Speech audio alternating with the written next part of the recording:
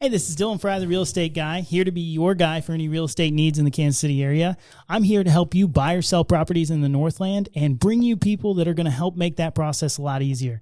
Today, we are going to be talking about the interest rates that are going on, what you can do with buy downs and how you can help keep your payment a little bit lower and help you kind of ease into this, what we're looking at in this market where the interest rates are a little bit higher. And we're going to talk about different loan process or different loan programs that you can apply for and how we can get you into that next house in the Kansas City area, get you moved into the Northland so that you can start enjoying the Kansas City area. Come support these Chiefs and everything that we've got going on here pretty soon. But today I have Roy Pointer with Guild Mortgage. But before we get into that, I would like, if this is your first time to the channel, make sure you hit that follow button and then also hit that little bell so you'll get future notifications of different people that we bring on here to make sure that your move to the Kansas City area is awesome and we can make it as easy as possible for you. And today, like I said, we've got a lender on here. It's Roy Pointer with Guild Mortgage. And what he's going to be talking about, there is some great information coming, because he's going to be talking about buy downs, how we can keep those payments affordable for you, because it is affecting everybody right now with the way that interest rates are and everything going on in the market, the way that house prices are.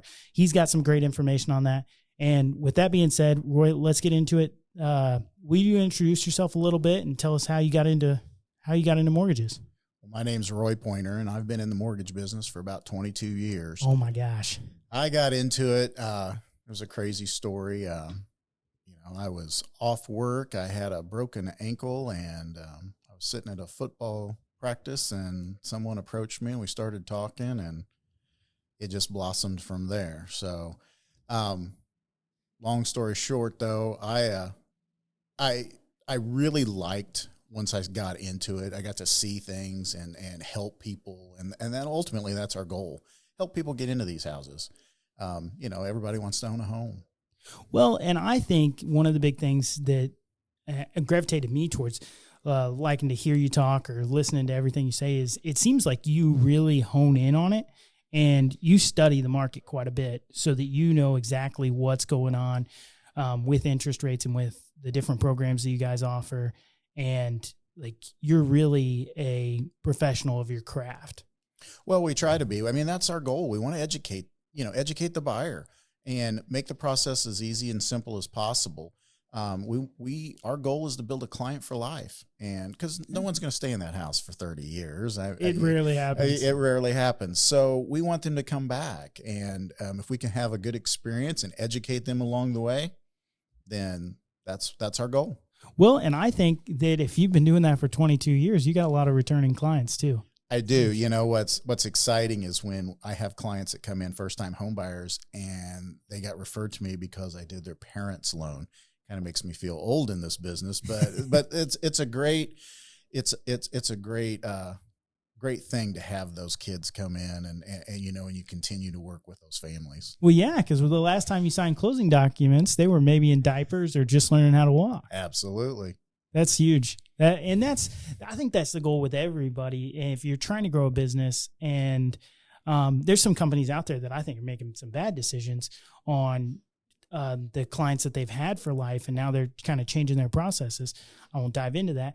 But what happens there is if you've got a client for life and you're going to get those kids and those grandkids, and you're constantly taking good care of people, they're going to tell all their friends, and everybody's like, hey, this is our family's guy. Absolutely. And you should use him. And that's one of the hardest things when you're a new entrepreneur or anything, is breaking into those type of households, finding those people that necessarily don't have a guy. Absolutely. But with that being said, what are some big things, if you're talking to those first-time home buyers, because I know you love to work with those ones, what are the top 3 things that you think they should be doing if they're trying to get a mortgage? Well, number one, they need to take and sit down with the lender, and they need to see where they're at. In that process, at the very first meeting, we're going to talk about what their goals are. We're going to talk about where their credit's at. I mean, credit's a big part, income's a big part, but goal is a big thing. What are their future plans?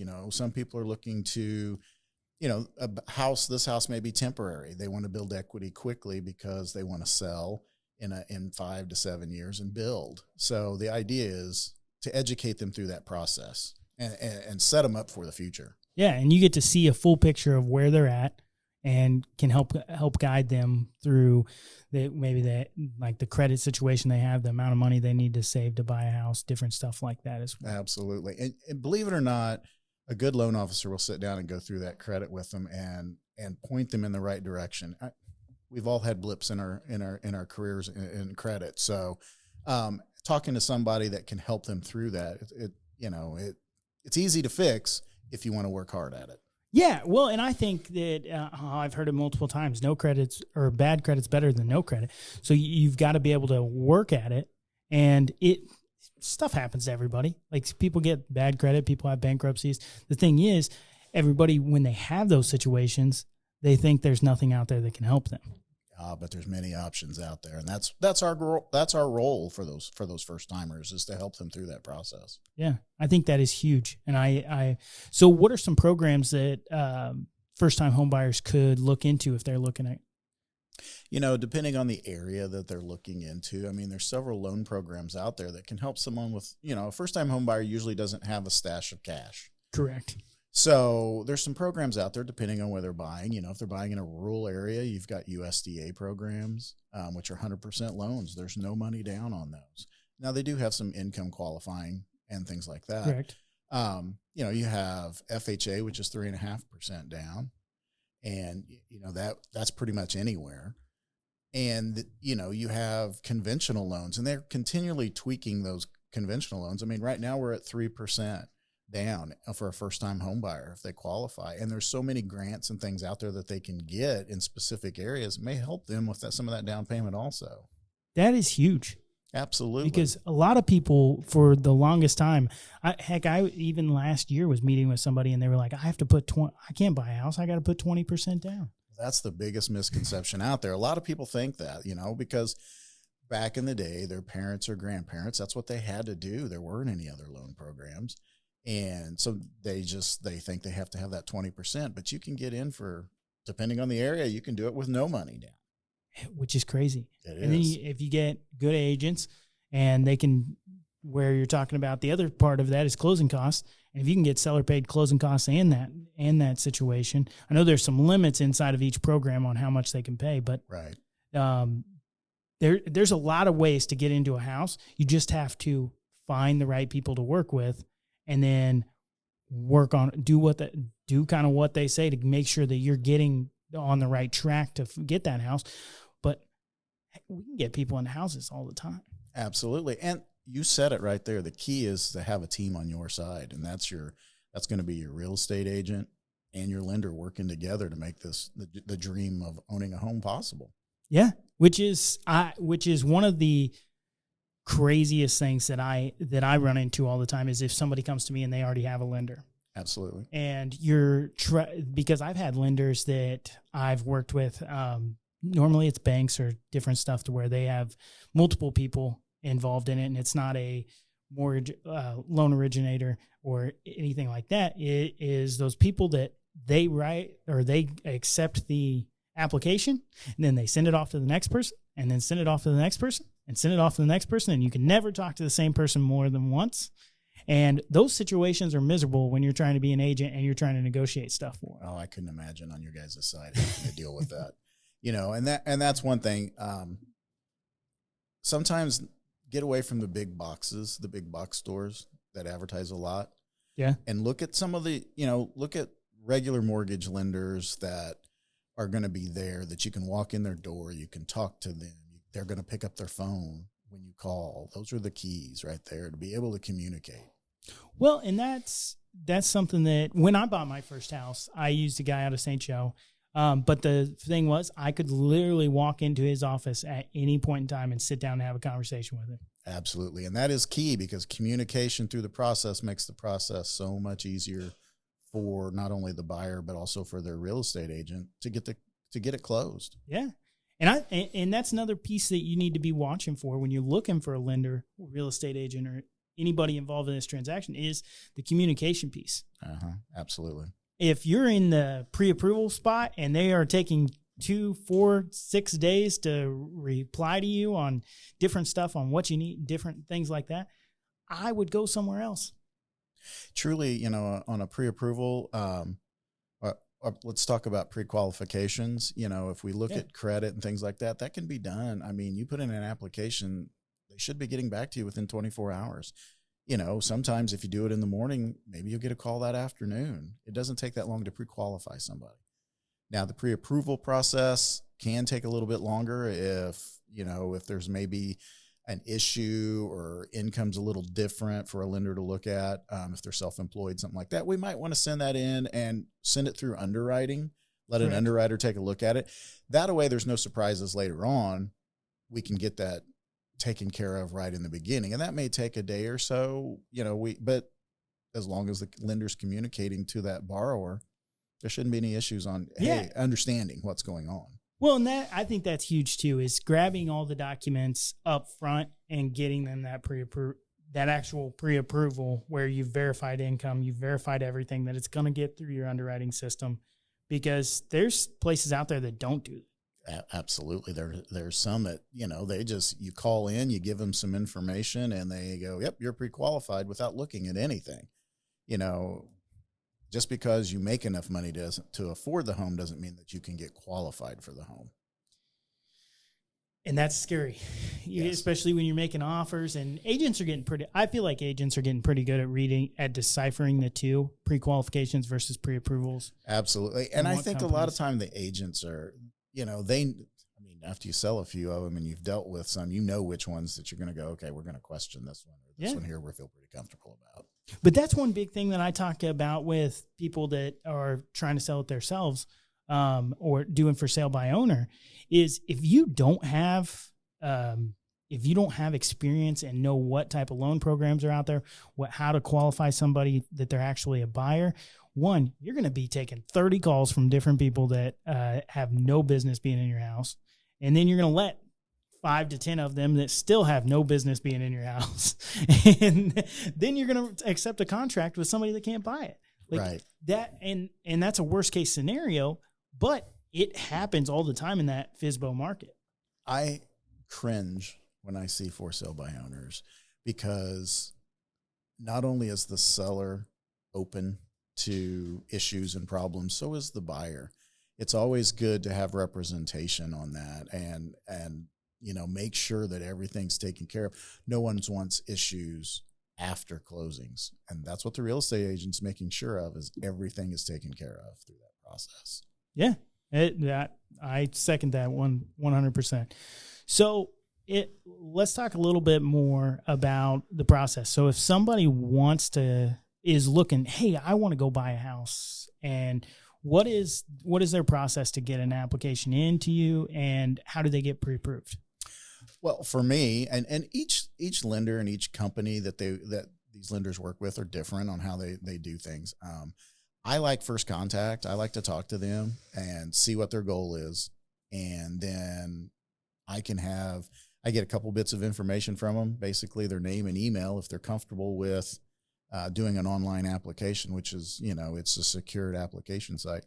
I have them go right online. They can do it on their phone or their computer. They can put an application in, send it in. I can take a look at it. They can upload their documents right through the system. Everything's right there. Makes it easy. Oh, it's easy. I mean, this is the technological age here. 20 years ago, you're having to go get all those pieces of information. They're coming in, sitting down, handwriting all this paperwork. 20, 25 years ago, you were handwriting your offers on houses, and now everything's in a system. So it just makes it easy. I mean, how many times do you go show a house and then you go home and they say, we want to buy it, and you write an offer and you send it to them and they electronically sign everything. It is huge. The time. Yeah. And it saves everybody time. It really does. Correct. It makes deals happen faster. Absolutely. Yeah. Where different deals back in the day, I always love listening to the agents that have been in it forever. And they're like, yeah, we used to have these offer books and different stuff like this. And this was the houses that were listed in the area. We'd take our offer books out to these buyers and let them look through the books and stuff. And I'm like, oh my gosh. Yeah. We used to send so much stuff, either through fax or in overnight packages, so that we lost a big expense when we were able to go and do stuff online, we got, we didn't have to pay for those overnight bills. One of the funniest stories is I had a agency over in Brookfield. And one of the funniest things was when I bought the agency, it was an insurance agency. And when I went in there, they were like, yeah, and you're going to get the fax machine. Yeah. And I was like, what? I was like, why are you still using this thing? And they're like, it was just funny because the selling point of this agent that had been there for 30 years, he was like, yeah, and you're going to use this all the time. And then the team member that had been there for 30 years was like, yeah, we use the fax machine all the time. And I'm like, you realize you can do that from your email now? I'm like, and our printers that are provided to us, they do the same thing. I'm not paying you for that fax machine. Times have changed. And it was funny because it was a culture shock. Absolutely. And it's just a different atmosphere that we're in now. And I don't know how many people still fax stuff. Every once in a while we have to send a fax, for something, but it's a rarity. And 2020 definitely changed everything. Everybody went right straight to online that it definitely changed the scenarios and the way we look at things. Well, and those online companies got a lot better. Absolutely. They were forced to. Yeah.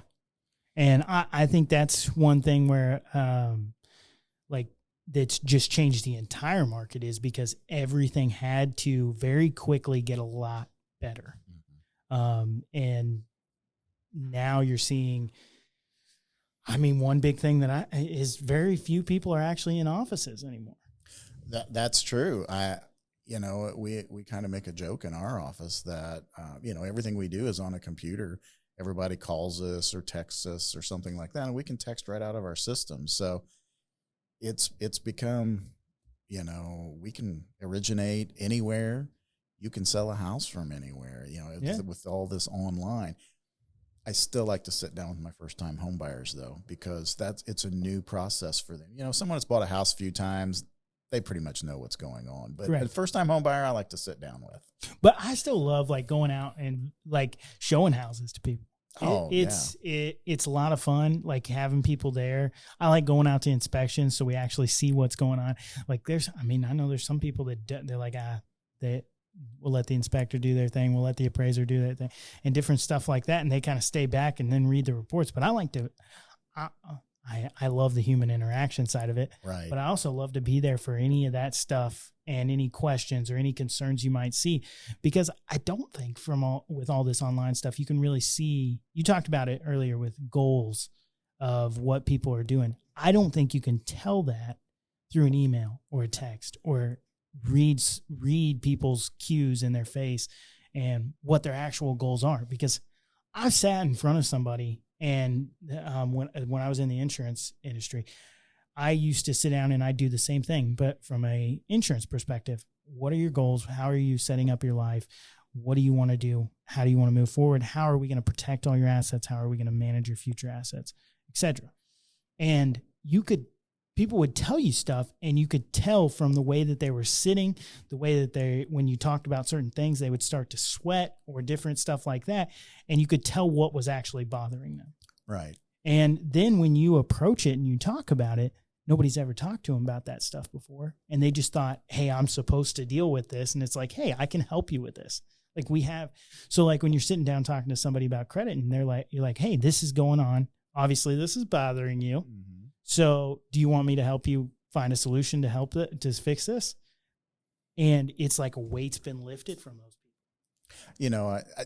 I had a client this week that came in and they were looking at, well, we're hoping we can buy a house in 2 years. So they sat down, we talked, took a look at their credit, and I was like, your credit's not that bad. But they had this misconception that because they might have had some medical bills or something like that, that they weren't going to be able to buy a home because back in the day, their parents said, well, you got to have perfectly clean credit to be able to buy. You got to have an 800 credit score. Yeah. And those days are gone. And, if someone's got a really low score, they may be able to qualify for a home, but I also want to educate them, because if they can get their scores up, it not only affects their interest rates, but it also affects their insurance on their home, on their cars. I mean, everything. Everything. Your credit score comes into play. So I feel like since we're dealing with such a big financial decision as buying a home, let us try to help and guide you through that. And hey, if we can save you $100 here or there, that's our goal. And I think one big thing that is anybody out there, if you're 18 and you're listening to this, or if you're 30 and you're listening to this, you're 40, whatever it is, if you want to make things in your life less expensive, work on your credit. Absolutely. Because everything from then on out is going to be, but that's how all of these companies are pricing themselves. Like insurance companies use the CRI to price themselves. Loan companies, same thing. Cars, etc. Everybody is using that credit score in some sort of fashion. Right. So you have to. And I try to educate them. Credit Karma is a great thing. It monitors your credit. You can see any new activity and things like that. But people come in, and Credit Karma is a consumer report. We pull a mortgage credit report. We look at a full 7 years, where Credit Karma is maybe looking at the last 12 months to see, any new activity. Mm-hmm. So just because your Credit Karma score is low or high does not mean that's the same thing that we're going to pull when we go to do a mortgage credit report, because we see the big Correct. picture of everything. So just because your Credit Karma score may show a low score because maybe, you had a medical bill that came in that you didn't know about, and, Credit Karma may have lowered your score 50, 60 points because of that, your mortgage credit report may not show that big of a hit because we're looking at a full 7 years. Yeah, and people that have more of established credit, it's easier for that to be lower than it is for it to be higher, like because they have that more established base. And I think that's another thing why people should use mortgage loan originators that actually know how to look at those documents. Right.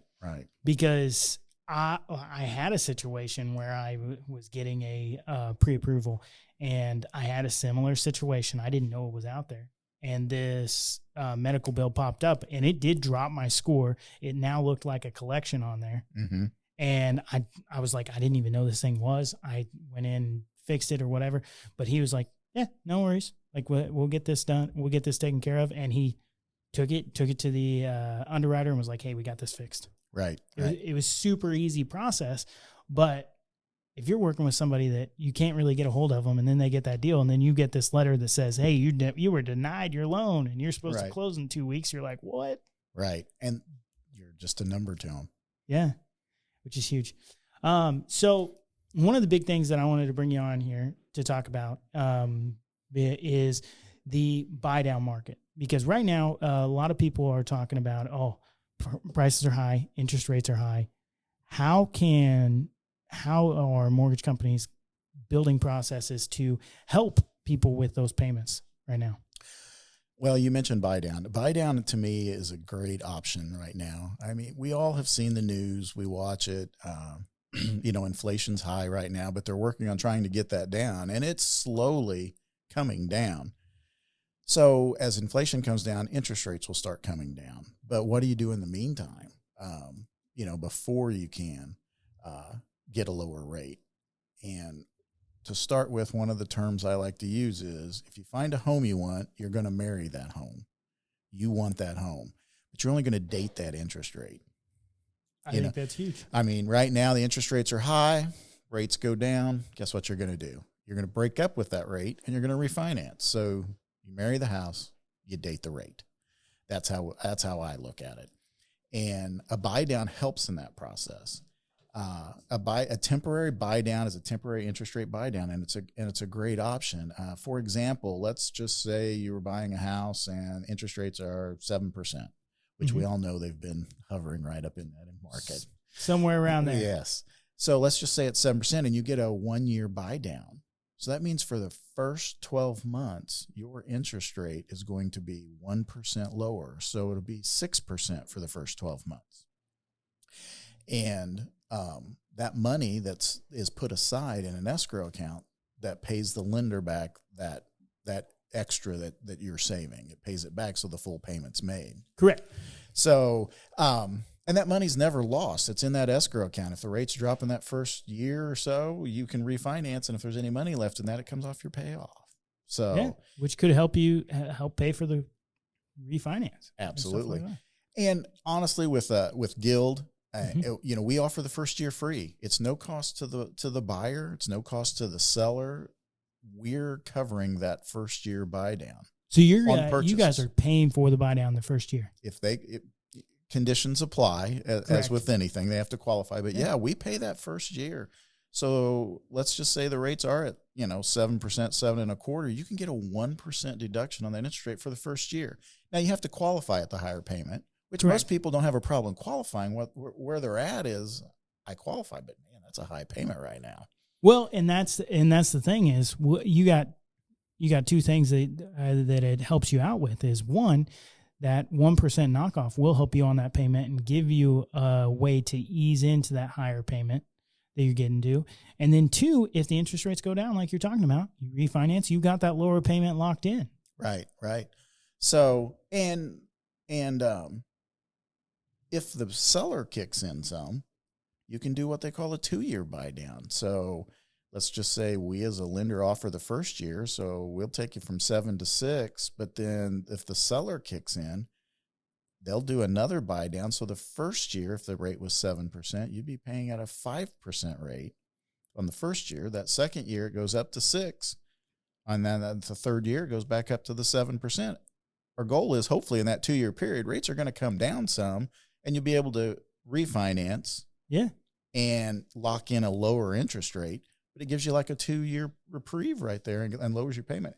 And does the same thing. It gives you time to build back up to that. Absolutely, especially for first-time home buyers. That first year's tough. You haven't had a mortgage payment, you haven't had these utilities, and it's a hit to your budget, and you've got to take and learn to work through that. Well, this gives you a little bit of a chance with a lower payment, and it's a huge savings. I mean, I've seen savings of anywhere to $300 to $500 on that first year's payment. And then if you do a 2-year buy down, so then it goes up, and that next year you're still saving $200 to $270 on that payment. That's a huge amount. Take that times 12, and it's no cost to the buyer. That's the thing. You get the lender and the seller to kick that in. It's no cost to that buyer, and it helps them adjust, which is huge. And I think it's a huge negotiating tactic for realtors to help their people that are buying these homes get into these homes. Now, the thing is, nobody knows what the market's going to do. Oh, absolutely not. So interest rates could stay the same, or let's talk worst case scenario, they could go higher. Mm-hmm. A lot of time, here's one thing I heard over the last couple years is people were like, I'm going to wait till the market collapses. Right. I'm going to wait till the prices go down. But those interest rates were so low. Now everybody's like, I should have bought back then. Right. I should have done it. And that's the thing is, houses are never going to be cheaper than they are right now. And the interest rates may go down, where you're talking about marry the house, not the rate. Interest rates may go down. But what if we end up in a worst case scenario? They figure out we can't get control of the inflation at this level, and they start to creep up to 9%, 10%. Right. Now everybody else is in a world of hurt, and the people that locked it in at that 7% or did that 2-year buy down and got that 5% for the first year, 6% for the second year, and then paying 7% for the rest of their loan. Now, 3 years from now, when worst case scenario, say it goes up to that 10%, now they're still paying 7% instead of 10%. Absolutely. And it's not to be confused with an adjustable rate, because it's just a temporary buy down. Your rate is fixed. You just get a reprieve for the first year or two. There's also a 3-year buy down that becomes a little bit costly for the seller. So it's more rare to. The 3 years a more rare thing that we see, because it's a big adjustment for a seller to kick in those kind of funds. Yeah. Which is understandable. Well, and it does all come into play. As a seller, you can only pay so much towards the buyer's closing costs or prepaids or things like that, and this does play into that. So these buy downs do affect that closing costs amount. So you may not. If you're in a situation where you're trying to get closing costs paid for, that like your prepaids and everything else, you may not be able to qualify for a buy down just because of the amount that's being thrown in. Correct, depending on the sales price of the home. If you put 5% down, your interested party contribution, which is what we call that from the seller, would be 3%. So, 3% on 200,000, $6,000. So there's not a lot of room in there to pay closing costs and do a buy down. Now with Guild, you get the first year free from us. So you automatically can get that 1 year. Which is huge. Absolutely. So that doesn't factor in to the interest of. No. Huh. That's interesting. Because we pay that as the lender. So I think that's huge. It absolutely is. And I think every buyer out there, whether you're using, you as a real estate agent or me as a lender, they need to ask their agents and their lenders, do you offer the buy down option? Because I think it's truly a great way right now to help these buyers out. Well, and I think it's one thing that I've noticed, because how long have you been with Guild? We did a merger, and we did that in December. So it's been about 6-8 months now. Gotcha. Yeah. And that's one thing that I've noticed being around you, because your wife's a real estate agent and Correct. we work in the same office, and she likes to pick on me, but that's not the point. But the one thing I've noticed being around you more is that you guys offer some great programs.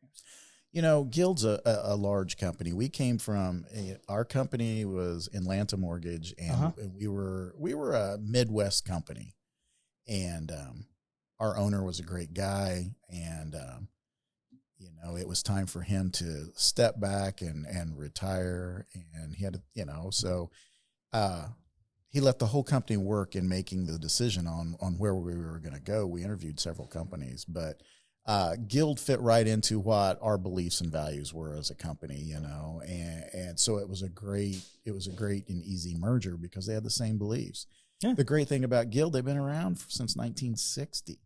They're in the top 10 size lenders in the United States, and they're strictly retail. They don't do wholesale. So, which would be like a broker situation. I mean, gotcha. Yeah, we're straight retail. All of our business is from, loan officers and that are in the company. So with it being such a large company, we get the option to work with a lot of those new programs that are coming out, pilot programs, those types of things. So, which is awesome. Oh yeah. So, and it's a great thing because that way we can pass it along to the buyers and ultimately help them get in that house with minimal amount down and try to save them some money on a payment. And I think that's something that no matter what part of the process you are when in the real estate transaction, it gets lost sometimes in the transactional side of it, but it's ultimately about putting families in houses. Absolutely. Because people forget how much housing drives an economy. It's a huge part of the economy. So I feel like we're doing our part to help the economy keep growing. Correct. And it's huge. You want to keep seeing that. I know people are like, oh, houses go down. If houses go down, that means if that start where you're talking about it drives the economy, if houses start to just plummet and they fall, our economy goes to terrible. 2008. Was the worst situation that our economy has ever been in, one of the worst that our economy's ever been in, and it was from a housing market crash. So housing affects so much. Yeah. So if we can get people in homes and keep getting people in homes, that keeps the economy going. Yeah, I think that's huge. So talk to me. So you guys, those core values, you guys did some research. You were interviewing these different companies, and you found one that synced up with your guys' core Correct. values. What are those? Our values are communication, relationships, straight up with people, not, I don't know how to word that. Not shysters. Well, we want to be honest and have integrity in the process. That's our values. We don't want to be, you're not a number to us. You are a person. Yeah. And if I see you at the grocery store or I see you at, Walmart or Target or someplace like that, I'm going to say hi. Exactly. I'm going to wave at you. I'm going to say, how's it going? How's the house? Things like that. And I'm not going to dip around the corner and hide from you because I know I stuck you in a crappy situation. But, and you don't get to see that at some big companies, if you're just, you're on the phone and you don't ever meet the people. And that's what I like about it is we have that ability. I mean, you're going to see me out and about. You're going to see me with my grandkids. So, yeah. Well, and buying a home is hard. Like anybody that tells you, oh, it's easy. It's not. Buying a home, owning a home, it is a difficult process, and it's made easier by people being educated and knowing what they're doing. But if you're not upfront with people, that's why people hate doing it. Right. It's not that it's like too hard for anybody to do. It's just there's a lot that goes into it. It's extremely stressful, and it's a time crunch. Like, right. You're talking about you're doing all of this in 30 days. Right. And like, regardless of what situation they're moving from, whether they're selling an old house moving to a new one, or buying their first home and they're moving from a rental, they're moving from their parents' house. In the next 30 days, they're going to be sleeping in a different location. Right. And that is a hard transition for anybody, regardless of what all they know about the home buying process, the selling process, any of that stuff. Moving their family or moving themselves to a new location is difficult. So having people around you that can coordinate the transaction side of it and do well, are honest and upfront with you about that process, makes everything else easier. Right. And you said it right there. Buying a house is stressful. It's one of the biggest financial decisions a person's going to make in their lifetime. Yeah. And it is stressful. And if you've got a good team in your corner, those things are taken care of. We can alleviate some of that stress. Correct. And here's one thing that I hear all the time is you don't know that you have a bad real estate agent until you have a bad real estate agent. Right. You don't know that you have a good real estate agent until you have a bad real estate agent. I think it's the same for lenders. It's exactly the same for lenders. You don't know that your lender's very good until you've had a bad one. Right. And then you go, okay. Yeah, that's why I used him.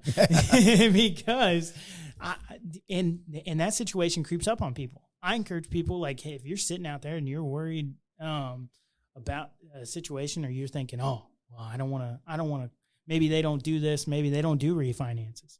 Or maybe they don't want me to sell this loan right now, or because I found in different like just general reacting with people is they feel like, hey, if I don't fill out this loan or complete this loan, like maybe that lender is going to be mad at me or something, so I'm going to go find a new one or different stuff like that.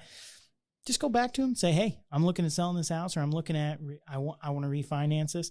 They're probably going to be able to help you. Right. And again, it goes back to, it doesn't matter, when you're looking for your real estate agent and your lender, interview them, talk to them. You gotta mesh with them. You gotta have, you want somebody that you can work with. Yeah. People work with people they know, like, and trust. Absolutely. And that's my entire goal with these interviews, is getting people out there in front of the general public that are looking to move to Kansas City. If you are looking to move to the Kansas City area or anywhere in the state of Missouri, you are finding people that you can work with that now because you've seen them. You started to like them because you like the way that they're talking about it. You can see how they're educated. And then pick up the phone and call them. I would encourage anybody watching this, pick up the phone and call Roy. Call me if you're looking at the home buying process, because then that's where we're going to build the trust. Right. I'm going to ask those questions of, hey, what's your family situation? Why are you wanting to make this move? What's going on? Are you getting a new job? Do you got a new baby coming? Like there's so many things. And that's where I think people get confused when they're like, oh, the housing market's going to crash. People are going to stop buying homes. Those things are still happening. People are moving jobs. Right. People are having babies, or babies are growing up and they're getting out of the house. So now they're downsizing. Like, those things happen all the time. Well, to talk about the housing crash, of course, there's no one can predict the future. Correct. But the last report I saw, we're still 10 years behind on inventory. Yeah. So it's hard to see a crash coming when there's not enough homes. Well, and it's only gotten scarcer. Like, there is less homes going on the market. Right. I mean, you're seeing new construction out there, which that's one thing that a lot of new construction is offering right now as well, is talking about these buy downs. So right. It's not necessarily just the resale side of it that you can benefit from these programs. You can do this stuff on new construction. Absolutely. We have a couple of builders that are actually offering that on their homes. Yeah. So they're offering a buy down. We as the lender are offering that first year.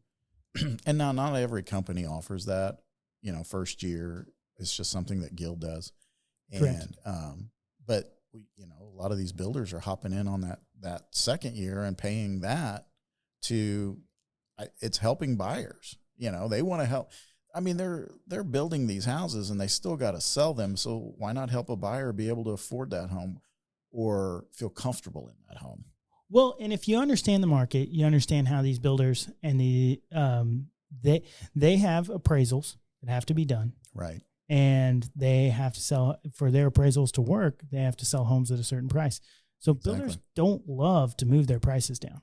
No. But those kind of things, closing costs, etc., different. I've talked about it a lot with different videos I've done on new construction, is adding on, I want these countertops or these different things, adding on different stuff to the build and customizing it.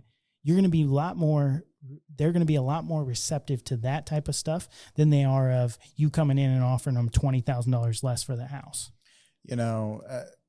Just a rough number to work with. Every $10,000 on a mortgage, if you drop the price by $10,000, it might save that borrower $65, $70 a month. Offer them a buy down. If the lender's doing one and they do one, that first year they might save $500 a month. And then the next year they may save $250 a month. I would much rather take and have that savings than I would getting them to drop the price $10,000 and saving, $65, $70 a month. Correct. No, I think that's a great point. Right. Because it helps you. And the goal is, if we get this thing back under control and interest rates go back down, you're going to save that for the rest of the life of the loan as well. Right, because you'll be able to refinance. Yeah, I think that's huge. So if somebody's looking at, they're listening to this, they think, hey, I've gotten to know Roy. I kind of like Roy. I want to see if I can trust Roy. How do they get a hold of Roy? Well, the easiest way is just give me a call.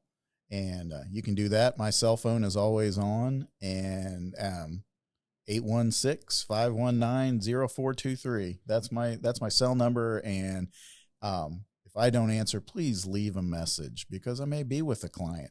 Just as I'm not going to pick up my phone if I was sitting with you, I'm not going to pick up, the phone if I'm sitting with somebody else. So leave a message. And I will say, every time I've had to call you, you always call me back. That's one thing where people get nervous when they say, I'll leave a message, and then they never get a call. Oh, I'll call you back. Roy will call you back every single time. And I think if you are looking at buying a home and you want some help throughout that process, then you need to give them a shout. And especially with that buy down program, if you're thinking about, hey, I want to get my payment a little bit lower so I can ease into it, and I want a better way to negotiate, give them a call. If you're a realtor out there and you don't have a lender that you work with, you should give him a call as well. I know I got a lot of realtors that watch these. Give him a call, because he's going to be able to help your clients. And that's one big thing that I think is huge when you're a real estate agent or you're doing any of that stuff, is being able to connect your clients with people that are able to make their life easier or help them. And that is a value add every single time. The market's changed so much. Yeah. Every buyer needs a team working for them now. It is just it. And you get a good educated realtor and a good educated lender, and it's going to make that process of buying that home a lot less stressful than it could be. Correct. And I think sellers, same thing. Absolutely. You need a team. And a seller may listen to this and say, wow, why would I need a lender if I'm like, now if they're selling and buying another property, they know why they need a lender on the buy side. Right. But why do I need it on a sell side? The same thing you just did. If you want to learn how to sell houses, go watch the new construction and see what they're doing to sell their houses at a higher price. Because if they're using this lender that's coming in to offer buy downs, why aren't they doing it? And a good lender makes sure that that house closes, and that's ultimately what that seller's looking for. Correct. I think that's a huge thing as well. So if you've got a house that's sitting out there, you guys are offering that first year buy down for free. Now, that person that's buying it has to go through Guild. Correct. But if you've got a house that's sitting out there, throw this out there as an option. Hey, we're offering this first year buy down, and if they go with Guild Mortgage, the seller's offering that, hey, you can do this, and then maybe the seller's now saying, hey, I'll kick in the second year. Right. So now you're offering a 2-1 buy down instead of dropping your price 20, 30 grand. And I tell you what, I gave my phone number out there. If any seller is interested or curious about that, give me a call. I have a little calculator I can run. If I have the sales price, I can run what it's going to cost that seller. Yeah. Or have your real estate agent give me a call. And I can run that scenario and say, well, this is what it's going to cost the seller. And it's usually way cheaper than cutting the price. Yeah, because again, you have to cut the price by so much, right, to really affect that payment for those clients, and that's what most people are looking at. Right. It comes down to payment. It's all about at the end of the month, how much money do I have left, and those payments are a big part of that. Correct. So if it's just a vanilla loan, a 30-year fixed rate mortgage, and we can save you a little bit of money, why not? I think that's huge. Well, Roy, I really appreciate you coming on here. I think there is a lot of education that people are going to get from this video, and hopefully they're reaching out and learning more about what there is out there in the loan, and how to really manage your purchase and figure out what's the best option for you. I think there's a lot of information in there. But before we go, why should somebody call you and use you? I think we've talked a lot about the different values that you have, the trust and everything that you have. But what's your real go-to-market pitch? You can get a hold of me and talk to me. I'm a live person. That is huge. Again, I may be with somebody, leave me a message, but I will call you back. And communication, to me, is the key in this process. I think that's huge. If you're out there and you're looking for somebody, reach out to Roy. He's going to be able to help you out. If you're looking to buy in the Kansas City area and you're really looking around the Northland, give me a call, because I'm going to be able to help you. I'm going to get you connected with a great person like Roy, and we're going to be able to get you into that house, get you that payment that you want, and really figure out how to make this deal as easy as possible for you. If this is your first time on the channel and you've liked this video, make sure you hit that like button, as well as subscribe to the channel, hit that little bell so you'll get notifications of our future interviews of different people that are coming on here to help you out. Roy, I appreciate it. I think the viewers are going to love this one. I really appreciate you coming out. I appreciate it, Dylan.